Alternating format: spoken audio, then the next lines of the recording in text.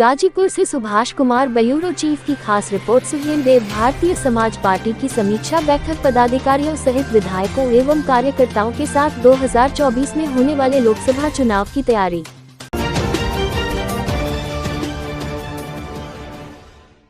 खबर गाजीपुर जिले से है, जहां पर सदर विधानसभा क्षेत्र में सुहेल देव भारतीय समाज पार्टी के राष्ट्रीय अध्यक्ष एवं जहुराबाद के विधायक ओम प्रकाश राजभर ने आज दिन बृहस्पतिवार को गाजीपुर के एक होटल में सुहेल देव भारतीय समाज पार्टी की समीक्षा बैठक अपने प्रदेश के पदाधिकारियों सहित विधायकों एवं कार्यकर्ताओं के साथ किया। इस बैठक के दौरान राष्ट्रीय अध्यक्ष ने कहा कि 2024 में होने वाले लोकसभा चुनाव की तैयारी कर हम अपने पार्टी के कार्यकर्ताओं को मजबूत करने के साथ साथ होने वाली समस्याओं का निदान कर रहे हैं तथा इस बैठक में जंगीपुर विधानसभा, जखनिया विधानसभा, सदर विधानसभा एवं सैदपुर विधानसभा क्षेत्र के बूथ स्तर तक के पदाधिकारियों को अपनी अपनी जिम्मेदारियों को सही ढंग से निर्वहन करने का आदेश दिया, जिसके कारण हम सभी लोग अपने पार्टी में मजबूत रहे। उसी दौरान पत्रकारों से बातचीत में उन्होंने कहा कि प्रदेश भर में पार्टी संगठन की समीक्षा बैठक विधानसभा वार की जा रही है, जिसमें मेरी जिम्मेदारी गाजीपुर, मऊ, बलिया सहित आजमगढ़ में कई जगहों की मिली हुई है। वहीं उन्होंने उपचुनाव में भारतीय जनता पार्टी के गठबंधन से गाजीपुर सीट से लोकसभा चुनाव लड़ने पर मीडिया पर व्यंग करते हुए कहा कि मुझे कुछ पता ही नहीं और कुछ मीडिया बंधुओं द्वारा चलाया जा रहा है। ये ऐसी ही बात हुई कि राजा को पता ही नहीं और मुसहर बन बांट लिए। उन्होंने साफ तौर पर कहा है कि मेरी किसी पार्टी के किसी नेता से गठबंधन की कोई बात नहीं हुई है। उन्होंने अखिलेश यादव के पार्टी तोड़ने वाले बयान पर नाराजगी जताते हुए कहा कि पीछे जो विधानसभा में गठबंधन हुआ था उसमें मैं नहीं रहता तो मेरी 16 सीट पर सपा के ही प्रत्याशी लड़ते। हमारे 4 प्रत्याशी जीते हैं जो हमारे साथ हैं। उन्होंने कहा कि बसपा के विधायकों को तोड़कर उन्होंने अपनी सरकार चलाई है और आपको याद होगा कि उन्हीं की पार्टी के गुंडे जो बसपा से विधायक थे बाकी विधायकों को ले गए थे और आज भी वैसे लोग उनकी पार्टी में विधायक हैं। मैं आज भी मजाक में पूछता हूं कि अब फिर कहां टंगा के जाओगे। शिवपाल यादव के बसपा तोड़ने वाली बात पर उन्होंने शिवपाल की चुटकी ली और कहा कि वे तो खुद ही टूट चुके हैं, हमें क्या उपदेश देंगे। जो खुद अपनी पार्टी नहीं बचा सकता वह दूसरे को क्या नसीहत देगा। इस मौके पर कुछ पदाधिकारियों को इनकी कार्यों को देखते हुए जिले की कमान तथा कुछ जिले के नेताओं को प्रदेश की कमान देकर इनके मनोबल को बढ़ाया गया। इस मौके पर जखनिया विधायक बेदी राम सालिक यादव, शिव कुमार यादव, मामा पंकज दुबे, बिच्छेलाल राजभर इत्यादि लोग मौजूद रहे। इस कार्यक्रम के अंत में लल्लन राजभर जिलाध्यक्ष ने आए हुए सभी लोगों का आभार प्रकट किया।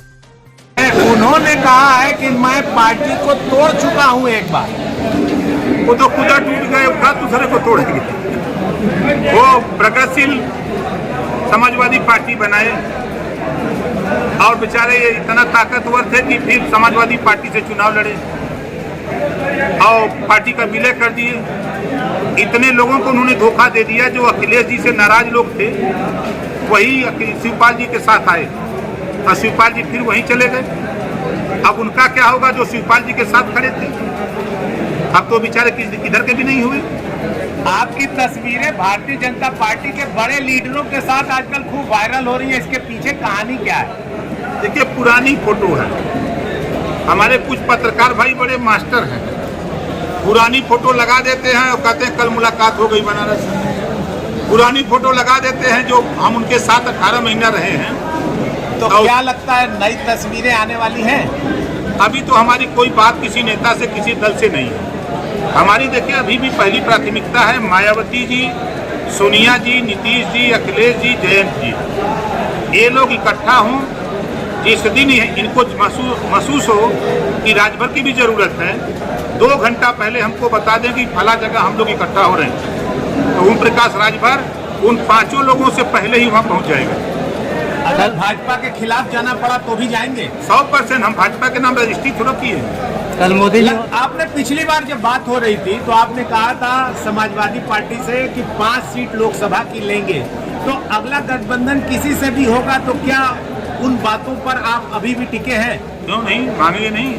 आप बताइए कि चाहे मिर्जापुर हो, रावटगंज हो, बनारस हो, चंदौली हो, गाजीपुर हो, बलिया हो, सलेमपुर हो, घोसी हो, आजमगढ़ हो, लालगंज हो, अम्बेडकर नगर हो, फैजाबाद हो, बस्ती हो, खलीलाबाद हो, गोरखपुर हो, बांसगांव हो, महाराजगंज हो, देवरिया हो, सलेमपुर हो, आपके देवरिया हो, 32 लोकसभा सीटों पर हम काम करते हैं।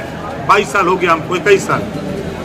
तो जब हम 32 लोकसभा सीटों पर भी विगत चुनाव में 2022 के चुनाव में हमको एक एक सीट एक एक लोकसभा में मिली, कहीं 2 सीट मिली। एक सीट लड़े तो 1 लाख, 1.25 लाख, 90,000, 80,000 उठ पाए। जहां 2 सीट लड़े वहां 2 लाख के ऊपर उठ पाए। तो 15 लोकसभा सीटों में हम चुनाव लड़े अपने सहयोगी दल के साथ। 1 सीट लड़े तो हमारा सहयोगी हमको 1 सीट दिलाए। जहां हम 2 लड़े उसको 3 पद दिलाए, वो हमको 2 पद दिलाया। तो 15 लोकसभा तो प्रमाणित हो गई। उसके बाद जैसे आजमगढ़ की लालगंज में हम नहीं लड़े, हम देवरिया में नहीं लड़े, हम बांसगांव नहीं लड़े, हम बहराइच नहीं लड़े, फैजाबाद नहीं लड़े, अंबेडकर नगर नहीं लड़े। इन सीटों पर जहां हमारा संगठन है, जनाधार है, 17 ऐसी लोकसभा सीटें हैं पूर्वांचल की जहां हम नहीं लड़े, समझौते में सीट नहीं मिली। तो 32 लोकसभा सीटें हैं। तो 32 लोकसभा सीट में अगर हम 5 मांग रहे हैं तो क्या बुरा कर रहे हैं भाई? आप 5 सीट कौन कौन सी मांग रहे हैं? अब मांगने के लिए तो हम जो भी सीट मिल जाए, चाहे गोरखपुर मिल जाए, चाहे बांसगांव मिल जाए, चाहे बहराइच मिल जाए, चाहे गाजीपुर मिल जाए, चाहे चंदौली मिल जाए, सलेमपुर मिल जाए, लालगंज मिल जाए, कोई सीट मिल जाए। अपना संगठन है, जनाधार है, गठबंधन, लड़ाई 1 नंबर।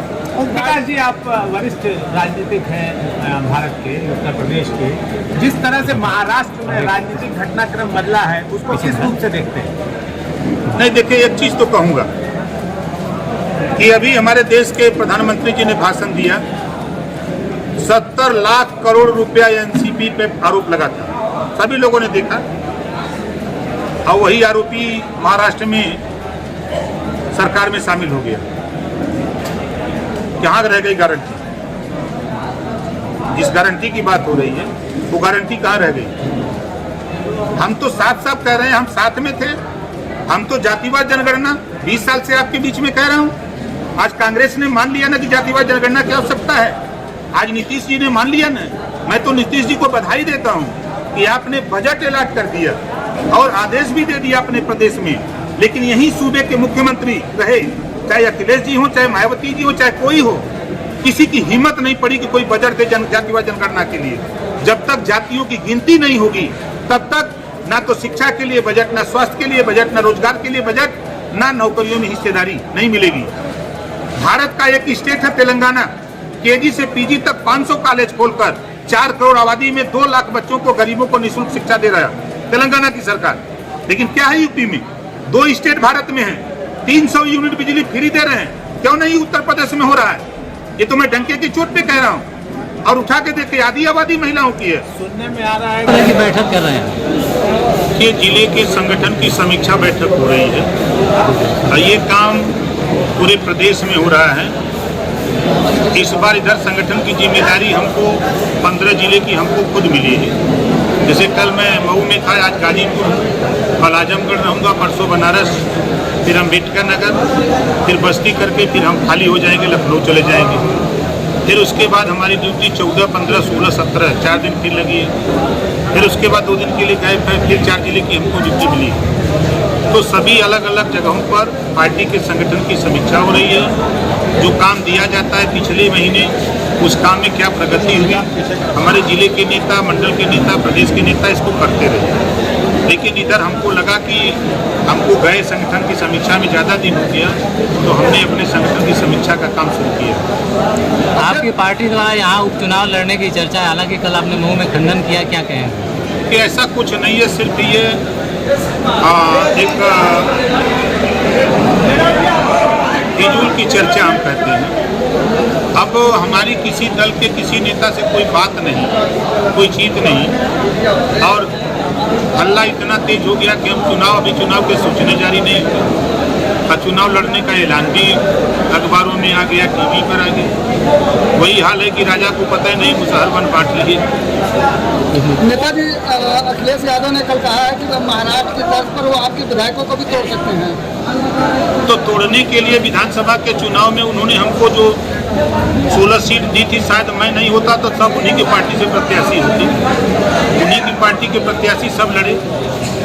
वो तो हम लोग थे, 4 सीट पर हम लोग लड़े हैं, तो कुछ भी कर सकते हैं। क्योंकि वो बहुजन समाज पार्टी को तोड़े हैं, आज भी उनके पास बहुजन समाज पार्टी के विधायक हैं, जो उनको घसीटते हुए ले गए थे उनके यहाँ। याद होगा आप लोगों को भी, जो लखनऊ का जो विधानसभा का कार्यक्रम था, कितना बुरी तरह पीटा था विधायकों को। कौन पीटा था? समाजवादी पार्टी के गुंडे पीटे थे। वही समाजवादी पार्टी के नेता बोल रहे हैं ना। ये इतिहास है समाजवादी पार्टी का कि बहुजन समाज पार्टी के विधायकों को तोड़ करके सरकार चलाई है। और जितना बुरी तरह पीटा है, आज भी कई विधायक मैंने देखा उनकी पार्टी में है। एक दिन मजाक में हमने पूछा, कहा हो अब के टांगी तो लोग आएंगे तो पूछ लीजिएगा कि अब कहाँ टंगा के जीवा।